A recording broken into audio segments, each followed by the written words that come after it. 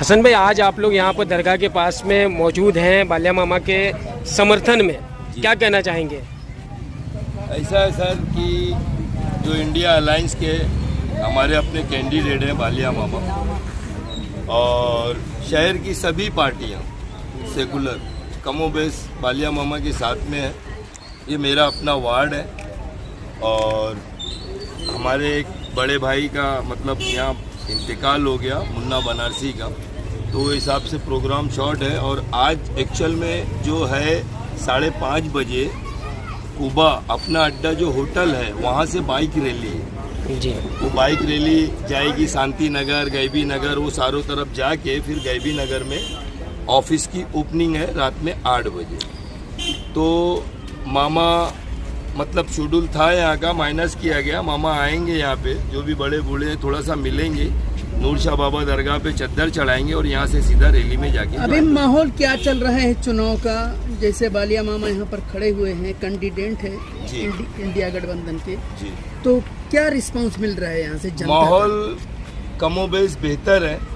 कुछ छोटी छोटी पार्टियाँ, मैं नाम भी नहीं लेना चाहूँगा, वो इस तरीके से उतर आई है फील्ड में जैसे वार्ड का इलेक्शन है, कारपोरेशन का। अच्छा, उनको अगर दूसरी भाषा में वोट कटुआ कहा जाए तो गलत नहीं होगा? नहीं बोल सकते, मैं नहीं बोलूँगा। मैं बोलूँगा भी तो थोड़ा 2-4 दिन बीतने के बाद में मन से बोलूँगा।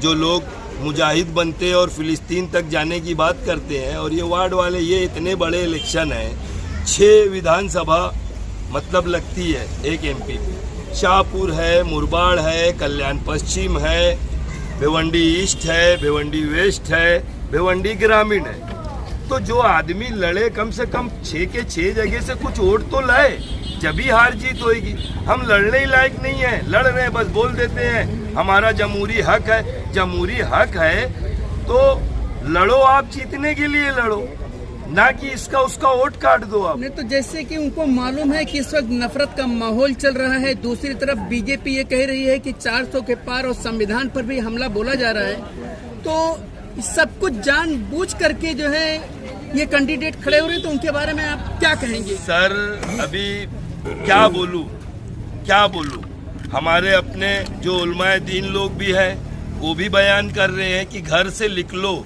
अपने काम काज को छोड़ के लिख लो और वोट दो। मोदी की जो करतूत है वो पूरे हिंदुस्तान में नहीं, पूरी दुनिया में पता है कि वो कर क्या रहा है। कोई ऐसा काम मतलब बेरोजगारी सर पे चढ़ के बोल रही है। आज अगर अपन सब्जी लेने जाते तो 500 रुपए की सब्जी एक जेम्बो थैली में आ भी इतनी सी आती है। उसी तरीके से पावर लूम का हमारा मसला है। तो हसनैन भाई, जिस तरह आपने अभी चलते बाइट में रोक दिया गया अजान को सुनते हुए, इसी तरह बीजेपी जो माहौल बनाई है उसी पर आज नफरत फैली है, माहौल फैला है, उस पर आपने आज एक मिसाल कायम की है, तो उसको लेकर क्या कहना चाहेंगे? और एक बात है, जो बालिया मामा का चिन्ह है, लोगों में अभी भी कंफ्यूजन है कि ये चिन्ह बालिया मामा का है, तो लोगों में घर घर तक ये चिन्ह पहुंचा नहीं है। और एक जगह रईस शेख आपके उनको सपोर्ट कर रहे हैं, हर जगह उनके साथ जा रहे हैं, तो रईस शेख का जो चिन्ह है और इनका जो इंडिया गठबंधन का चिन्ह है, उसको लेकर क्या कहना चाहेंगे? पत्रकार साहब, ऐसा है कि हमेशा से, आज से नहीं, जब से हमने होश संभाला है, लोकसभा के इलेक्शन में हमेशा से भिवंडी शहर का वोट पंजे को जाता रहा है। ये बहुत जमाने बाद ऐसा अलग हुआ है, ठीक है, तुतारी निशानी है, हम हमारे बड़े बूढ़े सब लेके जा रहे हैं। और दूसरी चीज़ ऐसा है, मशीन के ऊपर ना तो पंजा रहेगा ना तो साइकिल रहेगी। रईस शेख साहब इंडिया अलायंस में है, समाजवादी इंडिया अलायंस में रईस शेख साहब की पूरी टीम पूरे दिल से लगी है, और हमारा अपना सोचना है और हमारी पूरी टीम की मेहनत रहेगी तो भिवंडी ईस्ट से बालिया मामा सबसे ज़्यादा वोटों से लीड करेंगे इंशाल्लाह। कल एक प्रेस कॉन्फ्रेंस की गई एक पार्टी की तरफ से, और बालिया मामा पे निशाना साधते हुए कहा है कि ये बरसाती मेंढक सिर्फ बरसात में निकलते हैं, तो इनको ऐसे लोगों को क्या जवाब देंगे? कैसा है, ये चुनावी जुमला है। बरसाती मेंढक यहाँ के जितने भी नेतागण हैं, अगर मैं ये एक सवाल कर लूँ कि भिवंडी शहर बुनकरों का है, पावर लूम का है, आज से 15-20 साल जो भी पिछला टाइम गया, जो भी नेतागण आए, वो कांग्रेस के होए कि कोई भी पार्टी के होए, भिवंडी शहर के लिए उन्होंने क्या किया? बुनकरों के लिए कोई चीज लाए या कोई मेडिकल कॉलेज बनाए, कोई ऐसी यूनिवर्सिटी बनाए कि जहाँ पे बच्चे पढ़े? कुछ नहीं। एक BNN कॉलेज है, स्कूल की हालत खस्ता है। रईस शेख के आने से जो भिवंडी ईस्ट में, ठीक है, 5-10 साल जब कोई काम ही नहीं हुआ तो उनको नाली का भी काम करना है, गटर का भी काम करना है। मेरा अपना वार्ड है बिल्कुल छोटा सा, ठीक है, स्कूल मैंने बनाई थी, जिम मैंने बनाई थी, अंसारी प्लेग्राउंड बनाया था, 10 साल में पूरा फिनिश हो गया। उनके आने के बाद 2-2.5 करोड़ रुपया फंड मिला, शहर में काम हो रहा है। तो हमको जो शहर में काम करेगा, और बालिया मामा है, बालिया मामा चुन के जाते हैं तो उनका सबसे पहला काम है कि भिवंडी के बुनकरों के लिए, भिवंडी के पावर लूम के लिए उनको आवाज उठानी है। और आवाज नहीं, रूलिंग में रहे कि अपोजिशन में रहे, वहां से मनवा के माइनॉरिटी के लिए, पावर लूम के लिए उनको जो भी योगदान देना है ये देंगे। भिवंडी से एक आखिरी सवाल है, शहर में जो है टोरेंट पावर है और इनका कितना आतंक है सबको मालूम है। अक्सर व पेशतर जो है खबरें आती रहती हैं कि कितना त्रस्त किया जा रहा है। बहुत से लोग खुदकुशी कर लिए, जो उनका कारोबार था वो भी जो है बिल्कुल डाउन हो गया है। बुनकर समाज तो काफी परेशान है, गरीब तबके के लोग परेशान हैं। तो इसका जिम्मेदार किसको मानते हैं जो टोरेंट का आतंक चल रहा है? बोल दो सच सच, बिल्कुल सच बोल दीजिए। ठीक है, टोरेंट जब आई तो कांग्रेस की गवर्नमेंट थी दिल्ली में, ओके, महाराष्ट्र में कांग्रेस की गवर्नमेंट थी, फिर उसके बाद में बीजेपी आई। तो कहीं ना कहीं दोनों तरफ कमियां हैं और मैं टोरेंट पावर को जिम्मेदार नहीं ठहराऊंगा।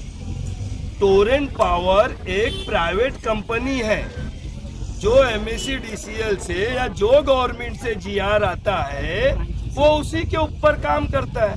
टोरेंट का क्या है?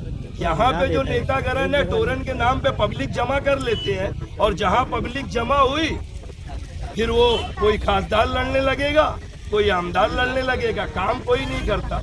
तो टोरेंट पावर जो है एक प्राइवेट कंपनी है, ठीक है, जो गवर्नमेंट है उसका काम है टोरेंट को बोलना कि बाबा तुम ऐसा चलो। मगर टोरेंट से दिक्कत तो है ना लोगों को, टोरेंट से दिक्कत जो गवर्नमेंट से दिक्कत है, सर्विस चार्ज का सबसे यही नेतागण निकल के आते हैं, हम टोरेंट को भगाने लगेंगे। टोरेंट को भगाएंगे कैसे आप? जब 10 साल का एग्रीमेंट हुआ है आपका, वो एग्रीमेंट पूरा करके जाएगा। मुद्दा वो लो कि जिसपे काम हो जाए। तो भाई टोरेंट जीतने के बाद टोरेंट बुनकरों को आज कितना रुपया यूनिट है? 17-18 रुपया यूनिट है। टोरेंट आप भगाओ मत, नई फ्रेंचाइजी लेके आओ, टाटा है, रिलायंस है, उसको लाओ। और कुछ अगर आपको करना है तो ये यूनिट कम करो ना, जो 17-18 रुपया ले रहे हो ये यूनिट कम करो। पावर कोई ना कोई तो पावर कंपनी चाहिए कि नहीं चाहिए? तो मतलब इंडिया अलायंस के आने के बाद में जो कारोबार लोगों के बंद हो गए, बुनकरों के दोबारा इंशाल्लाह उम्मीद है, हमारी लड़ाई उसी की है। जो पहचान भिवंडी की थी पावर लूम मिलेगी। पावर लूम की जो पहचान थी वो खो चुकी है। पावर लूम जो 24 लूम चलाता है, ठीक है सर, 24 लूम का जो मालिक रहता है वो 25 से 30 लाख रुपए का मालिक रहता है। अगर वो कमीशन की भीम चलाता है, ठीक है, हमारे शहर में जो पगार पेमेंट होती है ना, वो 1 महीने में नहीं होती है, 15 दिन में होती, 15 की पगार। तो आज के पोजीशन में जो 24 लूम वाला है, अगर वो टोरेंट की बिल, इलेक्ट्रिक बिल और मिल स्टोर ये सारी चीज भरने के बाद में रबी चलाता है पूरी कायनात को, तो बस रब चला रहा है, वो कमा के कुछ नहीं कर पा रहे, अपने घर में राशन तक नहीं भरा पा रहे। आज से 15-20 साल पहले जो 12 लूम चलाता था उसके पीछे 4 आदमी घूमा करते थे, सेठ बोलते। आज वो टाइम नहीं रह गया, हमारे लूम भंगार में बिक गए। मतलब लूम वालों को बालिया मामा से उम्मीद की आशंका जताई जा रही है। उम्मीद जताई नहीं जा रही है, करना पड़ेगा, नहीं तो जो भी रहेगा उसका विरोध होएगा, हर पेट विरोध होएगा। भिवंडी शहर से बालिया मामा को कितने वोटों से लीड दिलाने का प्रयास रहेगा आपका? अगर शहर आवाम सही ढंग से निकल के वोट कर दी, 70-75% अगर वोट कर गई तो ईस्ट और वेस्ट से कम 1.5 से 2 लाख की लीड देंगे मामा इंशाल्लाह।